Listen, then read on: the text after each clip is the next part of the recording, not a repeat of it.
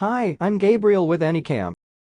The story begins as a boy named Tenjo is certain that the world has never welcomed him. Just then his heart begins to race as he sees some thugs harassing a girl, but they ignore his pitiful attempts to get their attention. They eventually hear him and Tenjo stutters as he defends the girl. The thugs couldn't care less as they make fun of his weight and beat him relentlessly. The police arrive way too late to break it up, but when the girl goes to check on Tenjo, he just leaves Joe thinks about how his appearance has always annoyed those around him, and not just at school, but at home too. Things only got worse for him as he entered middle school, and his grandfather was the only one that ever cared about him. He always told Tenjo to treat everyone with kindness and happiness, would eventually find him, but then he died. He left Tenjo's his home, but his parents abandoned him, so he just works part-time jobs to support himself. At his graduation ceremony, Tenjo is stopped by bullies as he tries to explain that he needs to get to work, but takes another beating. He gets fired from his job for being late, and finally lets out his frustrations on a bathroom mirror. Tenjo is convinced that nothing will ever change as he punches a wall, and is shocked to find himself in a hidden room. He recalls that his grandfather had always been a traveler,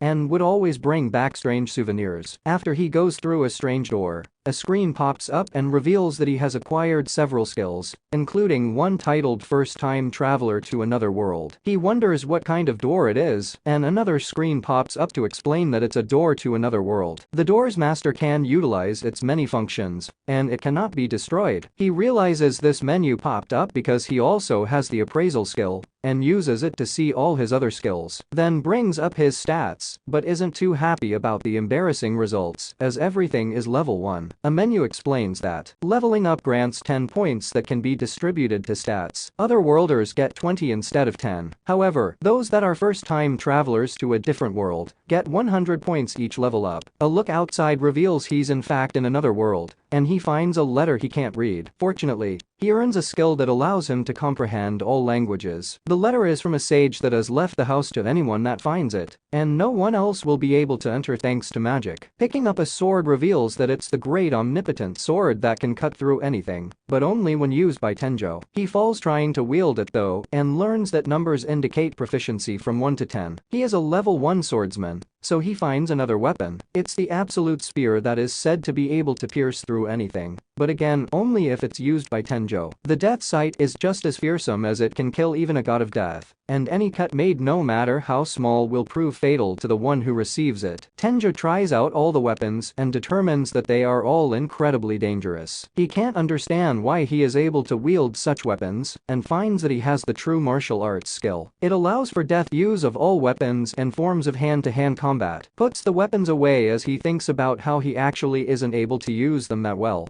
and is shocked when a level 300 ogre attempts to attack him. The monster's determined to get in his tango, considers just throwing his weapon. His musters up every ounce of strength he has to throw it and surprises himself when the monster is defeated. Even more shocking is that this makes him reach level 100, and all his stats have several points for him to use. He heads home to rest and shockingly finds that the drops from the monster are converted to cash. That night Tend experiences excruciating pain, and wakes to find that his body has completely transformed. He isn't as shocked as you'd think and heads back to the alternate world to find clothes that actually fit him there. Tenjo uses a bottomless watering can to water a plant he has never seen before. Analysis reveals that this herb can cure every injury and illness even if one is missing all 4 limbs, or has lost one's eyesight. It's so rare that people think it's only a legend. Several other plants are just as unbelievable, but Tenjo's getting used to it. Just like he's getting used to destroying the monsters that keep showing up. This last monster drops a rare item and boosts his stats instantly, while giving him the skill, allowing him to sense the presence of others. Tenjo spends all his time tending to his new property to forget about his real life, but eventually becomes genuinely interested in learning about the new world. Tenjo is finally becoming happy, but realizes that the next day things will go back to normal, as school will be starting again. Thanks to his broken mirror, Tenjo hasn't fully seen his transformation, but everyone around him admires his good looks. His old bullies thinks he's a transfer student, but everyone is absolutely stunned when he tells them that he is 10. Joe, of course, no one believes him, and Tenjo then shocks himself when he finally looks in a mirror. His brother and sister can't believe it either, as Tenjo is supposed to be a loser,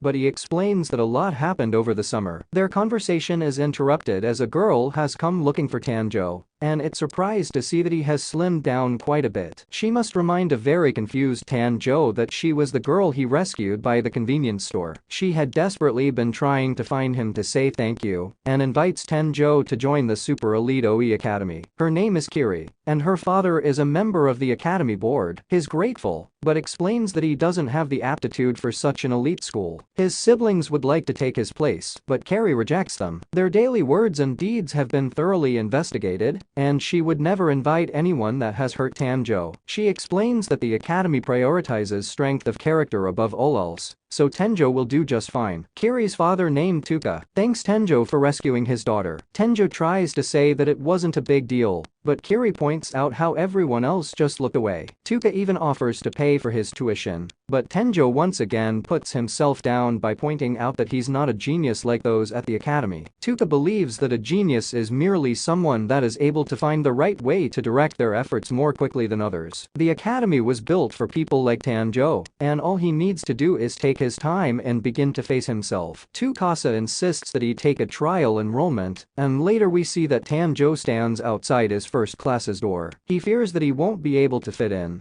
but remembers how Tsukasa told him to challenge himself and have fun. Tenjo introduces himself to the class, but becomes concerned when they don't react at all, and thinks he might even start to cry. Just then whispers about how handsome he is begin to sweep the room, and one student claims that he finally has a formidable rival. Tenjo then takes a seat and shares a book with a girl named Hito. Tenjo is surprised to see that the lesson is pretty similar to what he's used to, but all the students are much more positive and proactive after class. Students bombarded him with questions, but another classmate named Rio breaks it up. They head to lunch, and Tenjo was in disbelief at the variety of food at such an affordable price. Another boy named Shink introduces himself, and Tanja instantly gets along with them, as they have a common interest in anime. Tanja wonders if his uniform is the reason why people are staring at him, but Rio points out that it's actually because of his face. Tanja is certain that they're both in after-school clubs, but Rio just says that he's in the going home club and Joe is in the game club. Afterwards, Tenjo tells Suka that he was very impressed by the school, and even more impressed by how friendly all the students were. Tenjo doubts that he belongs there, but Tsukasa believes that he's definitely worthy of the academy. Carrie then finds him and is relieved to hear that he has decided to attend, and she takes him to an outdoor mall where all the students go after school. She explains that she doesn't get to go there very often, and she doesn't have many friends. This is because students are very reserved around her due to her father's job and family's high status. She has wanted to go there for the longest time, and just now has decided to try going with Tenjo. They go on to eat some delicious food. Beiho becomes concerned that he will go back to his old weight if he eats too much. He wonders how Carrie was able to recognize him, and she explains that even though he has lost so much weight, his kind and honest eyes haven't changed at all. Tanja has been behaving too formally for her liking and requests that he just called her by her name, and so he does. The two get a bit brave and feed each other as everyone watches at how cute they are. The next day, Tanja heads back to the other world as he is concerned that once he is enrolled at the academy, he won't have any free time upon killing a monster. He finds that he is now level 235, but is leveling up more slowly. He is certain that there are more powerful monsters outside his fence and decides to venture out. The second he steps out, he hears screaming and finds that a monster has massacred a group. He's stunned to see that a human girl is still alive and instantly jumps into action after easily defeating it. He's attacked by another monster, but determines that he can't match this one's power or speed. Tree's strength lies in his weapon-wielding abilities though, and uses it to defeat the beast. Later Tenjo prepares for school as he recalls how he left the girl who fainted as people came to help her. He thinks about how he finally has some money now, and decides to buy himself some clothes. Tenjo still hasn't gotten used to all the staring, as people wonder if he is a movie star nearby. A man is furious as a male model hasn't shown up for a photo shoot. His female counterpart has been waiting all day,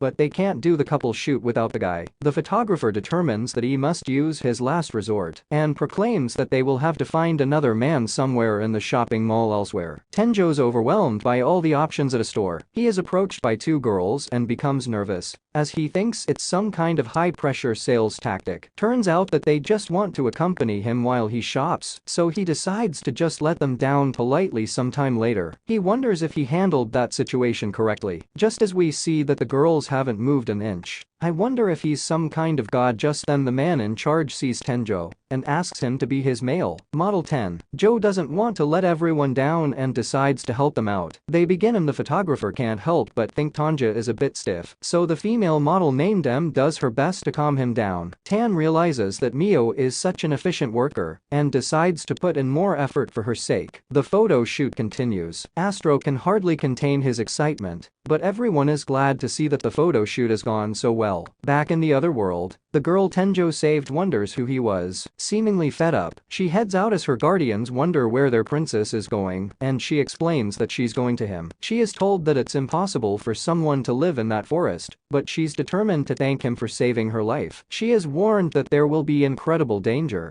but explains that all the knights will be coming with her back in the real world. Mio apologizes to Tanjo for getting him caught up in the photo shoot. He realizes now how hard it is to be a model and reveals that he has never worn clothes like the ones he is wearing now. His life had no connection to anything like fashion, and the world of modeling was so different from his that he had never thought about it. Mia reveals that she became a model because she wanted to be seen. Her parents were always busy, so they never spent time with her, and she wanted them to acknowledge her. She has fans now though, and they become happy when they see her on TV or magazines, so that makes her happy. She hopes that they're inspired by her and thinks that Tenjo should give modeling a try. The photographer uses the opportunity to take pictures of them, but the real male model arrives soon after spectators begin to whisper. As they realize that the famous male model show has arrived, he disrespectfully insults the photo shoot and insists that Mai go with him to eat. After they finish working, Show tries to intimidate Mew into going to get a drink with him as he completely ignores Tanjo. Ten speaks louder though and points out how Mio clearly isn't interested. Show slips but still tries to hit him and Tenjo easily stops him. Joe can't believe what just happened and points out how slow Show's punch seemed. Tanjo's curiosity immediately turns to fear as he wonders if everyone's going to start yelling at the ugly guy for beating up the handsome guy. He thinks he might start crying, but a shock to hear the crowd that has formed cheer for him. Shows in disbelief as he is also a boxer, and the photographer reveals that they recorded the entire interaction. Show's behavior has always been bad, and after this altercation, he will likely never get work again. M explains how relieved she is. A show has been following her recently, and she wasn't sure what to do. On a different note, the photographer points out how well Ten did with modeling and offers him a contract. Explains that he enjoyed the day very much and learned so much from being around hardworking professionals. However, he declines as he states he's not even halfway good at anything yet and doesn't believe he can do the job. The photographer respects his decision and explains that youth is the perfect time to challenge oneself in different ways. Unfortunately, they can't pay him since he isn't part of the agency, so they give him clothes instead. Mio hopes to see him again sometime, and they all say their farewell. Afterward, Mio expresses how she would like to work with Tro again someday, and the photographer points out how much he's blushing back home. Tro looks at his payment for all his hard work, but besides, it's time to get back to what he really enjoys in the other world. Knights struggle to fight goblins and explain that they don't even have the numbers to retreat. The princess finds herself in trouble again, but Tentu appears from nowhere to rescue her. She knew he would come to her rescue, and everyone is at a loss for words as he helps their injured. The princess demands his attention as she has something important to say and shocks everyone when she asks Tenjo to marry her elsewhere. Another modeling agency can't believe that someone's looks would be able to stand out when being next to Mio. They have no clue who Tango is, but send someone to investigate and demand that they force him to sign their contract. The boss refuses to just let him get away as he laughs maniacally. The end. Thanks for watching. Please like, subscribe, and click the bell icon to get new anime recaps.